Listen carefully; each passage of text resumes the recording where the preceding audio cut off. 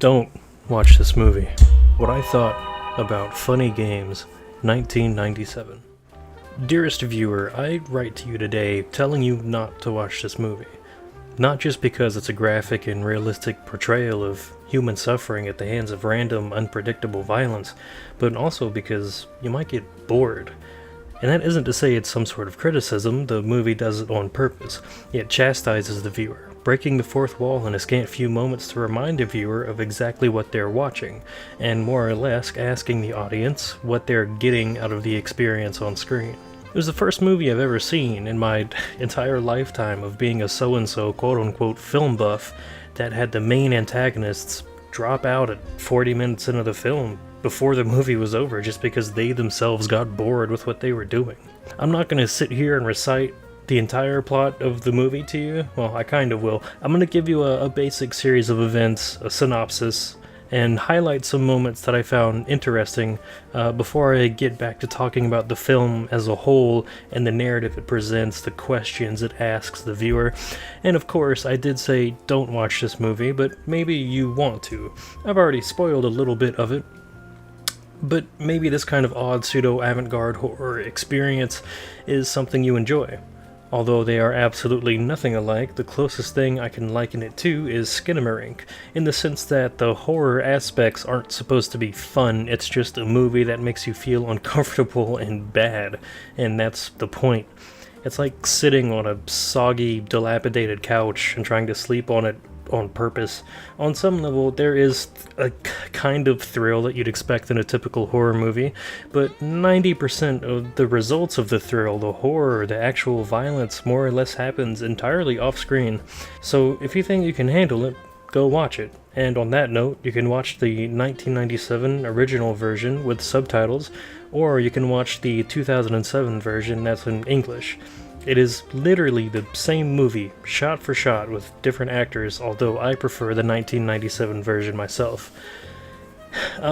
It's not for everyone, you don't have to, but it might make it more interesting for you to sit through and form your own opinions on the strange narrative the movie presents before you come back to this video.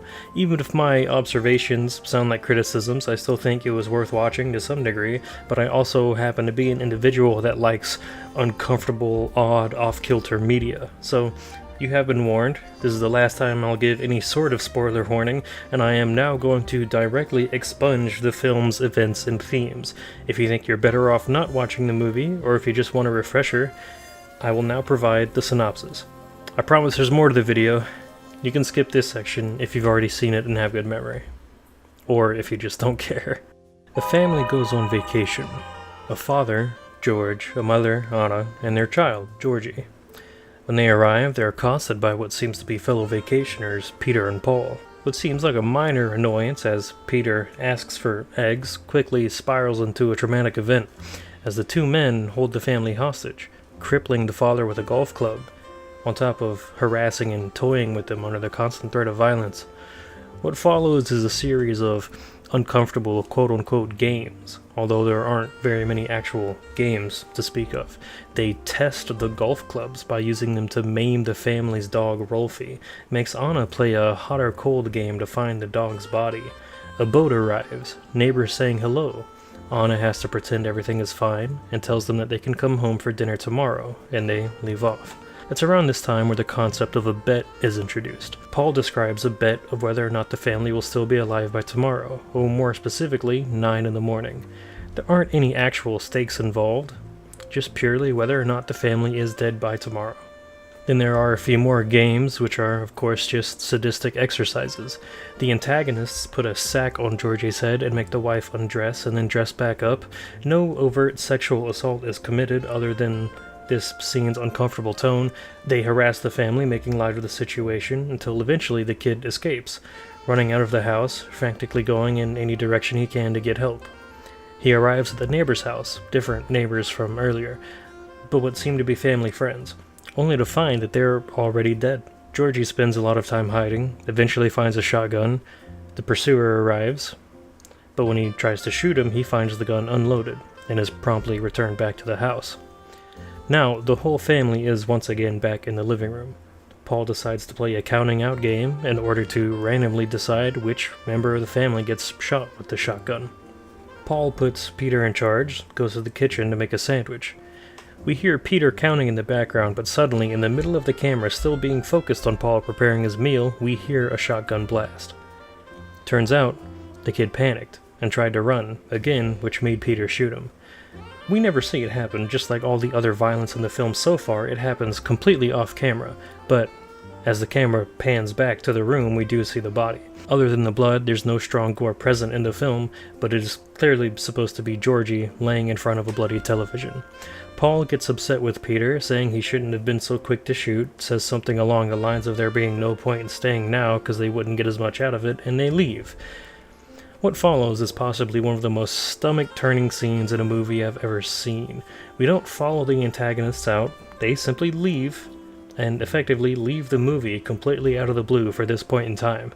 There isn't even a result to the game they were playing earlier. The kid just gets shot, and we're left with the same static camera view of the living room lingering. This is about an hour into the movie. The antagonists just leave, and we sit here about 12 full minutes of mostly nothing but the absolutely gut-wrenching sound of the mother crying, before she hobbles over to the TV, turns it off, and tries to help the father walk into the kitchen. The whole scene is played straight. It's the worst scene in the movie in the sense that it's the hardest to watch, just an extended, overtly realistic and straightforward depiction of a mother coping with the sudden loss of her child after what could have been hours of torture. Then we have like 15 or 20 minutes of them just speaking, trying to figure out what they're going to do next, where to get help, how, what to expect. They make a game plan, fully knowing that Paul and Peter could still be out there somewhere, and they could come back at any moment. The wife attempts to get help, flagging down a random car on the road. We cut back to the house as the father drapes cloth over his child. We're with the father for a moment before what may be the most sinister scene in the film, more so than anything we've seen so far. The single moment that filled me with dread the most to accompany the most depressing moment in the film just prior. The father hears the door open and close and movement. The audience is on the edge of their seat. It could be anything. Bad guys could be back. Maybe another neighbor investigate the noise. Maybe Anna's back with police, help, anyone. And as the father stares at the open doorway, we get essentially his point of view. Initially, nobody walks into frame, and instead a golf ball bounces into view through the open door. The same golf ball pocketed by Paul earlier from the same golf club bag at the beginning of the movie. When I saw this scene, my heart dropped, and it was at this moment I had abandoned all hope. Much like Paul apprehending the kid earlier, there's no fanfare, no jump scare, no sinister music in the background. The movie doesn't need to do anything other than just let us watch. Paul and Peter walk back into the home, dragging the apprehended wife back inside, and now they're on the couch again, and there's one more game. They do the random counting again, and this time complete the game, landing on the husband, marking him as the next to die. Paul gives Anna a choice. Does she want to take his place? But George chimes in first, just saying to get it over with. So Paul continues trying to play a game, and tries to make Anna decide again, do they kill Georgie with a gun or a knife? And when Anna refuses to decide, they injure the husband, simply injuring him with the knife, so she complies. Paul makes her recite a prayer, and if she recites it fully, she can decide and theoretically choose the gun in order to make George's suffering quicker. But near the end of the prayer, she lunges for the shotgun, grabbing it and blasting a hole through Peter's stomach before Paul can react. Paul panics, grabbing the gun from her and searching frantically for the TV remote, and then presses rewind, which rewinds the film to the beginning of him explaining the prayer game to Anna. And the next time she lunges for the gun, Paul is quick enough to take it before Anna has the chance to fire it. Paul notes that Anna has broken the rules, so they kill George with the gun. Then they lead Anna out to a boat, taking her along for the ride, bound by ropes. It looks like she's managed to smuggle a knife into her hands and begins to try cutting her ropes, but it's quickly pointed out by the two men and taken. Then Paul notes the time, 8 in the morning, 1 hour before the conclusion of the bet mentioned near the start of the movie. Then with no fanfare, casually pushes Anna into the water with her limbs bound by rope, presumably leaving her to drown. The movie ends with the two men sailing until they arrive at the back door of the neighbors that Anna, George, and Georgie were supposed to meet for dinner. Peter asks if they have any eggs. Paul gives a knowing look to the camera as blaring music plays in the background, freeze framing on Paul's unflinching stare. And that's it. The cycle of torture is seemingly going to be perpetuated on another family. Nothing happens to the bad guys. None of the protagonists are alive. It's basically just pure torture with no satisfying or conclusive ending. So, what the hell was that? What the hell was that, right? What makes this film good or interesting in spite of what sounds like an awful plot that goes nowhere on paper? And what, if anything, was the point? Let's talk about it in no particular order. Here's a few things that stuck with me days, weeks, months after watching the film. Jump scares that don't happen. There aren't a lot of these per se, but as an avid slasher and horror fan, I'm incredibly trained to read tense situations. I'm conditioned to see faces and shadows and brace my beating heart for the inevitable pop-out and get-you moments that are such an avid component of typical horror media. But this movie just didn't have them. It was tense, incredibly so, but not in the sense that it actually felt like it was building up to anything. It was just uncomfortable. A family being held hostage on a couch didn't feel like I was waiting for a big boom moment, a sudden cut, a shrill or loud noise, a payoff. It makes you expect catharsis that never comes, and when something does happen, it just happens. No thriller chord stab, no intense pop-out camera angle, nothing. You're just faced with the crushing reality of the situation. All of its tension felt like an uncomfortable conversation, one you'd have with a coworker you don't particularly like but can't shoo off, a long, drawn-out, one-sided social interaction with an elderly family member that's putting you to sleep, but you also can't walk away from due to societal convention. It wasn't tense in a way that was scary, it was tense in a way that was off-putting and a little boring. It felt like I was trying to sleep on a lumpy couch and couldn't quite distinguish the nightmares I was having from reality. There's a few moments, long shots, things that are a bit more drawn out than they should be. Specific moments come to mind. The beginning, the conversation in the kitchen before everything really goes to shit. It's uncomfortable. Peter awkwardly asks for eggs, breaks them, the phone falls in the sink. Before they actually decide to commit to the first act of violence, the whole thing just feels like a typical awkward interaction, like one you'd have in a foreign country because you don't quite understand the social cues. It's overtly sinister. By the time Peter knocks the phone into the sink, the audience is already clued in. I know this is a horror movie, they're clearly setting up, but even after they've already struck the father with the golf club, they're still so awkwardly casual about the whole thing. There's no jump scare. Even the first act of actual human violence committed on screen gets nothing. It just happens and then everyone reacts to it. The family, throughout Peter and Paul's torture, somehow still feel like bystanders to their own nightmare. They rarely make any attempt to fight back beyond just asking them to leave. And it's not a writing issue, it's uncomfortably realistic. There are a lot of people that think they would be the Punisher when faced with any kind of threat, but in reality, violence is messy, unpredictable. Hate, crime, assault, murder is hard to predict and at times difficult to comprehend, especially when it's happening to you. I'd even venture to say it's entirely up to audience interpretation what the family thinks is happening during the entire intro before they're even actually starting to be held hostage. And of course, the only times they do try to fight back or do something, it's immediately cold. Georgie tries to run twice, gets found the first time, shot the second. Anna reaches for the gun and gets the shot, and then Paul literally rewinds the movie. Anna's knife at the end is taken before she can do anything with it. It's a constant red herring of hope that never comes. The movie seems to really want to drive in the fact that the victims of this story don't actually have any chance and never did. When it was released, it came out with very mixed reviews, and perhaps that's where the animosity towards the film comes from. Regardless of how the criticism is stated, the word, again, is boring. There's no jump scares, so it's boring. Nobody does anything, so it's boring. It's realistic, which is boring and sad, not thrilling. And there's more to that, but we'll touch on it later. When the kid is running through the house, trying to escape Paul's chase, he hides in darkness. At any moment, we're expecting Paul to pop out of the darkness, to grab him, yell, make some kind of big, momentous occasion of existing on screen again. Ooh, here's the bad guy. But it more or less doesn't happen. The kid hides, it's tense, of course. It builds that same intensity. But we see Paul's shadow moving under the door. We hear him walking about. But by the time the kid finds him again, he's just there. And of course, it's scary. Okay, so the kid doesn't get away. Oh no, we say, the antagonist is back on screen. The kid has failed, that's bad. But it's not presented as a jump scare, he's just there. And the gun the kid holds to defend himself, unloaded, which Paul already knows. So there's no struggle, there's no jump. Rather, all the intensity doesn't get resolved, it just debases itself. All the tension building up that normally results in a big moment just melts into the same hopelessness that permeates the rest of the film. The ball starts rolling and then melts before it gets anywhere, and it happens time and time again, just coagulating to the same miasma. To fake out, Anna runs down the road, the camera pans out a little bit, and maybe it's just me, but the entire time I'm expecting one of them to just pop out of the greenery and grab her. Maybe in some way this is just another way of putting us in the shoes of the protagonist. We have no idea where the bad men are, or if they really left, or if the entire thing is just part of the same game they were playing from the start.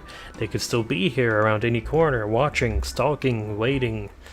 Shocking things happen, but jump scares don't, and the worst of the shocking content happens entirely off-screen, which is atypical for a horror film. Now we're going to talk about Paul, who is, despite his very casual nature, still a fairly gripping antagonist. Not just because he's an evil, sadistic serial killer that's not exactly unique in the horror genre, but because he actively breaks the fourth wall and seems to be fully and totally aware that he's in a movie. Or, at the very least, that there is an interested audience watching his actions as if it was a movie. I didn't draw much notice to these through the plot synopsis because I wanted to take a closer look at them in their own section here. Every time it happens, it's very intentional. Every fourth wall break is meant to communicate something else to the audience. And we'll start with the first case of it, the wink. As far as I can tell, sans any kind of dialogue meaning to be made a commentary, this is the first time Paul actually directly breaks the fourth wall. But it's done in a way that isn't overtly obvious. While he's making Anna search for the body of her deceased pet, he turns around and winks at the camera, just a little wink, a knowing one, a ha-ha, look at her, she's going to be so sad. But the audience isn't really clued in that much to what extent Paul can actually manipulate, tap, and shatter the fourth wall. There are scenes that are both fourth wall breaks of a sort and entirely in character at the same time. See, every character written to be knowledgeable about the media that they're in, like the horror buff characters in Scream or Abed from Community. So maybe he's just a sociopath trying to make his own horror movie, and it's entirely in his head. He plays things up for entertainment value, so when he turns and winks at the camera, or quote-unquote us, the viewer, we can infer that he's probably just winking at Peter behind him or the rest of Anna's family. It's not hard to make up an audience in his head. He's a psychopath. It's obviously uncomfortable. There are a lot of scenes in horror movies, jump scares specifically, that are framed in a way like it's meant more for the viewer than the actual protagonists, so we can steady ourselves with the relative benefit of doubt that Paul isn't actually addressing us as the viewers here. Of course, when you rewatch this scene later, if you ever give this movie a second glance, you come to understand how sinister it actually is, but the first time, oh, maybe that's just a joke of some kind. For first-time watcher, it's the first seed of doubt planted to continue growing a sense of confusion and disbelief. Now, the bet. Something that also seems at first like it could either be in-universe or a fourth-wall audience break, betting if the victims will be alive by tomorrow. Of course, the concept itself in-universe is audacious, but from a fourth-wall perspective, the bet, at very least how I interpret its use in the film, is the same bet the audience takes when watching any horror movie. As in, I've watched every Scream movie, and being an avid slasher fanatic, you come to understand that at least half the cast, if not more, will probably die by the end of the movie. So you take bets, you guess. You don't just guess who the bad guy is, you guess who's making it to the end. Isn't that part of the thrill? The movie asks you this plainly. Funny Games says to see who lives and who dies is a bit of a sadistic notion all on its own. In a way, we're put in the shoes of the characters of the film. Paul and Pete seem to want to see who gets to live, if anyone, and the family themselves also don't know if they're making it out alive. I think it plays on the gravitas of the situation. As an audience, it's thrilling. If the situation was actually happening in real life, depending on whose shoes we put ourselves in, it would either be sadistic and psychopathic from the perpetrator's perspective, or utterly mortifying knowing you could be on the chopping block from the victim's perspective.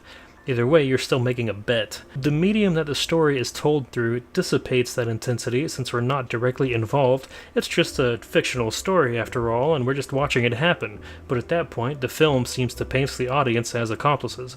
Of course, I don't really think watching slasher films makes you a killer or a psychopath yourself, which is going to be in its own section later, but it is an interesting psychological framework to watch the movie through, and one of its more interesting meta-narratives, such as, is that enough?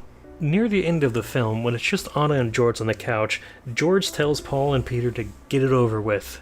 You know, they've had enough. He just wants it to be over. So Paul asks Anna, is it enough? Are they done playing games? And looks directly at the camera, asking the audience if they've also had enough, while also complaining that they weren't at feature film length yet. Then he mocks the lack of plot development, goads the audience by saying they must want a proper ending, and then remarks that it can't be enough because the bet from earlier is still going on. It's not tomorrow yet. Living or dying by tomorrow isn't concluded, unable to be withdrawn, so they have to keep going. At this point, no matter how potentially disgusted or uncomfortable the audience is, if they've made it this far, they're pot committed. No one's going anywhere. They have to see the ending. Paul knows it as much as the viewer. In a way, the only way the viewer can win is by turning the movie off. And I kind of think the movie wants you to want the movie to be over. It's a unique take on providing an antagonistic figure. It makes us hate Paul every time he talks to us. This man exists through the meta-narrative just to keep the story going. The horror both comes from his actions and from the movie simply not being over yet. His existence coming back after his initial withdrawal lengthens the movie because there'd be no movie without the antagonist. The bet is still going on. I would imagine that moment is much more effective if you don't actually know how long the movie is or how long is left, which streaming sort of spoiled for me, so I guess if you do end up watching it on your own after you watch this video, maybe don't ever look at the time. It must have been a real experience watching this in theaters when it first came out. And then the rewind, which I probably have the least to say about because it's absolutely the strangest moment in the film and it's most blatant. It's almost obnoxious in execution, purposefully so. I think the point is to really make sure the audience knows, hey, don't get too hopeful. We're not going to do a happy ending here. There is no catharsis at the end of this torture rainbow. It challenges us to take the film seriously. It asks us if we should care. It rewinds time in our faces. And at the end of the movie, you can't help but feel like it wasted your time. If the bad guys can't lose, and there's no hope for the good guys, then what is the point of watching the movie unless you're only watching it to see people suffer? Paul basically invents his own deus ex machina to keep the movie going. This one surreal moment sits the audience back down just as soon as they start jumping in their seats. No, no, no, says the movie. We don't do that here. Sit back down and keep feeling bleak, because that is all you're getting. Now we can quickly talk about the game itself. The title of the film, Funny Games. I find it interesting that the story is centered around forcing the protagonist to play games, whether successful or unsuccessful, given that this movie released in 1997, and there has been so much horror media since then that features death games as a sort of central plot device. Horror as a genre has leaned more and more into thrilling who lives, who dies narratives, presented through almost a gamified context. Squid Games, of course. And we as an audience are obsessed with games, watching people play games, gamifying our entire lives, watching people on TV who normally live paycheck to paycheck win sports cars on a game show. Something, Black Mirror Season 1, Episode 2, 15 million merits. Gamifying anything, even within a rigged system, helps you digest it. It's easier to make a horrible thing make sense if you add a lot of numbers and buttons to it. I don't think there was meant to be a lot of commentary on the concept of games in this sense, but it is something I noticed. Was this movie maybe predicting the future of horror media and the desensitization towards awful things? Or did it just accidentally tie this narrative into the film's original concept? Maybe there was already enough general animosity towards the concept of horror films supposedly turning human suffering into thriller content around the time the movie was released that Funny Games already worked as a title. I don't know, I just thought it was kind of neat. So, after all that, what's the point? What's the point of the movie? Well, that's kind of a hard question to ask. The movie seems to chide or judge the audience for watching it, but they still spent a lot of time and money making it. Should we also judge the director, actors, camera operators, everyone involved in its production? To be honest, it's kind of hard to tell. I don't think the movie outright wants to villainize people who consume horror-related content. It's just a series of vague questions and eyebrow raises and wiggles at the viewer. Maybe the question is more, how much worse can it get before it becomes too difficult for you to separate this fiction from reality? Like, how far can we push the bar before what we're producing becomes unacceptable? But if that's the case, I feel like they could have done a whole lot worse. All the worst stuff in the movie happens off screen, and there's plenty of intentionally disgusting and transgressive films out there that are much worse than Funny Games. I mean, Cannibal Holocaust released 17 years before Funny Games was even a concept, so they definitely could have upped the dial if they wanted to. What's the point? The question itself is kind of a hard sell. The movie feels aimless at times. But I suppose that could also be the point, as senseless violence isn't nearly as thrilling or sensational as films portray it to be. And when does it get more typically thrilling? When Peter is shot? So the audience is still cheering on a murder, just one that's easier to agree with, so how desensitized are we to violence? If the aim of the movie was truly to attack the spectator, any criticism wrought upon the audience for choosing to pay money to watch it, or simply just watching it in the age of streaming, any of that criticism, any of that attack could be just as worthy of being tacked onto the director, the writer for making it. Maybe it's just too audience aggressive and boring to watch. Maybe the lack of real progression or direction or meaning is part of why I struggle to recommend it to anyone, on top of the already hard to digest contents of the film itself. What's the point in watching a movie that doesn't like you for watching it? Well, I suppose I watched a movie for the same reason I finished Spec Ops: The Line, for the same reason I continued playing Lisa the Painful after I realized that was a game that hated the player. I think things that challenge you are fun, both in a sense of a game's difficulty, but also challenging the player or viewer psychologically. What can we take? What are we able to digest? What are we willing to sit through to say that we finished a film or beat a game? It's entertainment, of course, but I typically find media that challenges my own entertainment of itself to be a consistently unique and fun experience. What's the point? We could always just ask the director. I don't like violence, says filmmaker Michael Haneke, and I don't like horror movies. I would never do a thriller or horror film for the sake of doing it, and I would say that Funny Games is a self-reflexive anti-horror film. It's a criticism of violence because that makes me angry. Well, Michael, my response is twofold. The first response is, you still made the fucking violent horror movie, so hey, maybe a little hypocritical, okay? And the premise of a movie that insults the viewer for watching it doesn't seem very transgressive, it just seems pretentious. The second response, alternatively, is, wow, that's a unique premise. You challenged and displayed your distaste for something by creating a film that represents the worst parts about it. That is a unique and interesting viewpoint and lens to write and produce a film through. I believe in both of these things at the same time. He goes on to say in the same interview, I'm always attacking something, because to make a film I have to be angry. I need to be shocked by something so that I can make a story about it. In that quote, I don't condemn nor do I condone, but I will say I understand.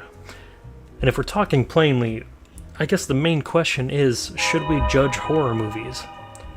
Or, paraphrase, should we find a moral distaste in horror movies being produced and or judge people who go out of their way to view them? Well, to find any kind of thrill or enjoyment in any way regarding depictions of human suffering simply must be wrong, right? Is it not a moral obligation, and especially Puritan one, to disavow these types of films from being created, distributed, viewed?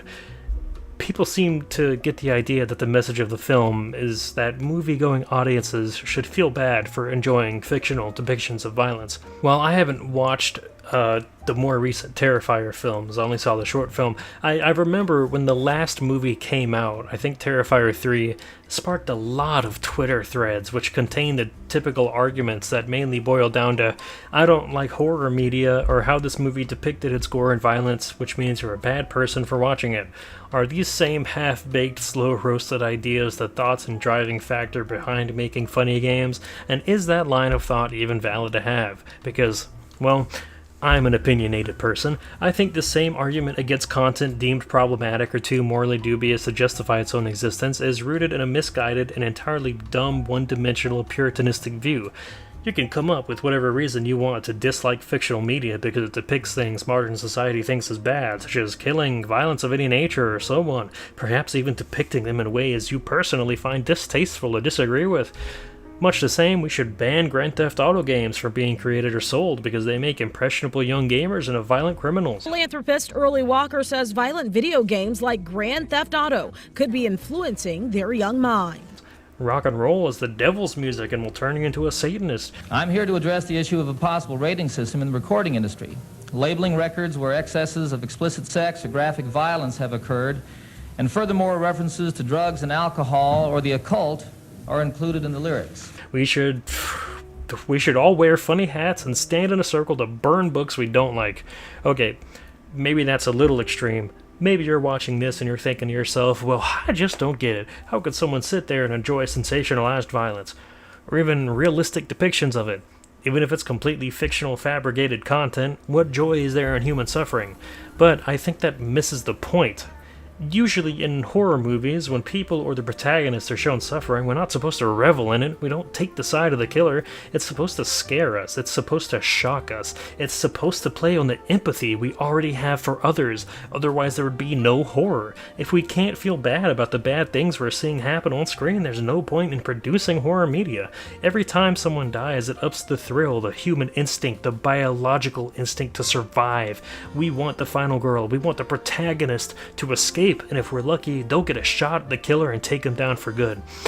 Bad things still happen, but there's a conclusion. There's an ending catharsis. Funny games intentionally presented none of this, which arguably makes it a bad representation of actual typical horror film, and in choosing not to present the enjoyable elements of one, fails as a living criticism of the horror genre. Even if it still serves perfectly well as a psychological horror in its own way, you get what I'm saying. Maybe that's why I like slashers so much.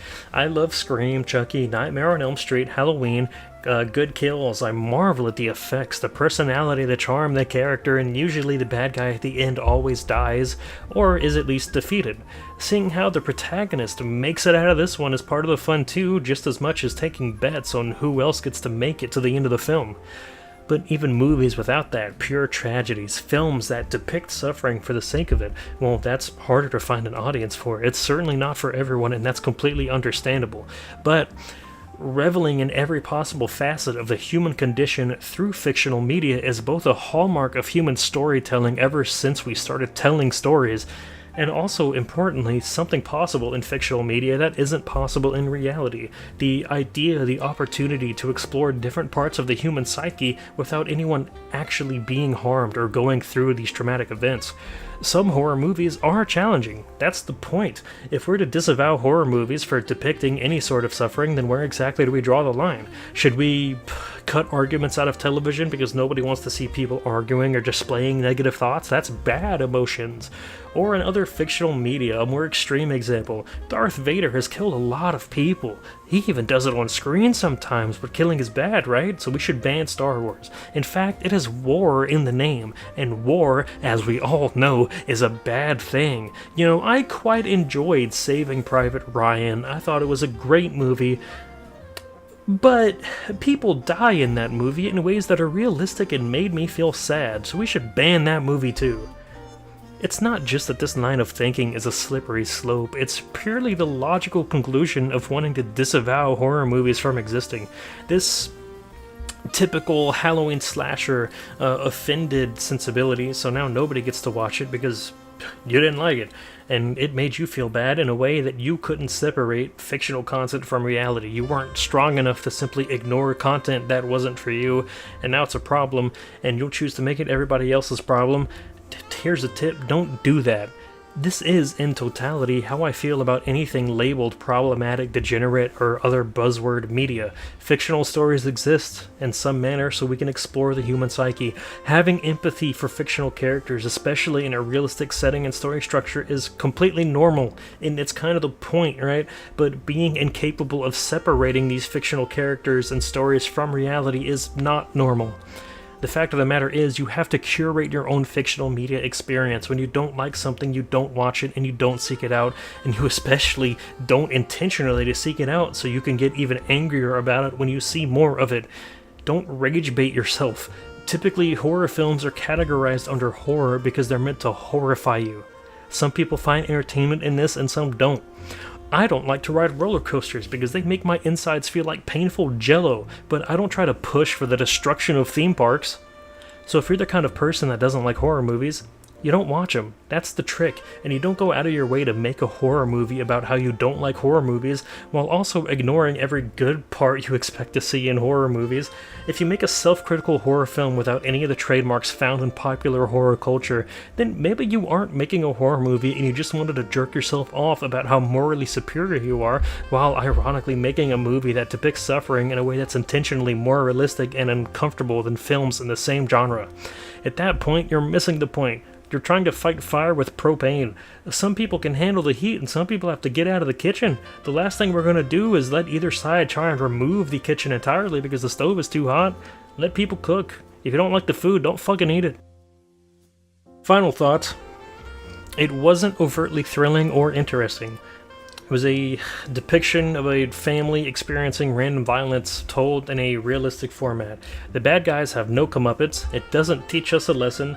It is a strange and delirious, surreal series of bad events that serves no purpose other than to depict suffering and in some way ask us if we really want to watch it happen.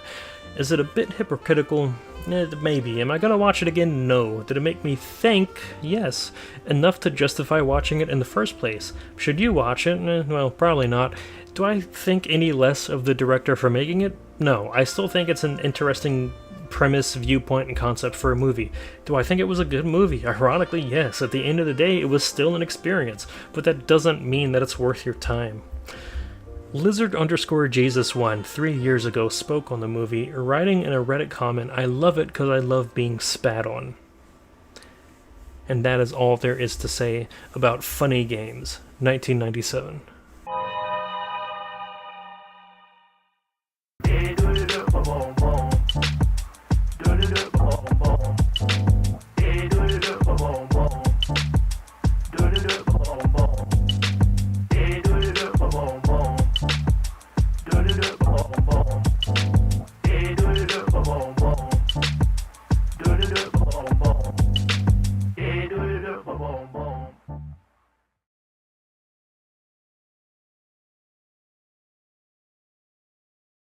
Something that also at first seems like it could be it could either be in Lizard_Jesus1 3 years ago spoke on the movie, writing in a Reddit comment, "I love it because I damn it."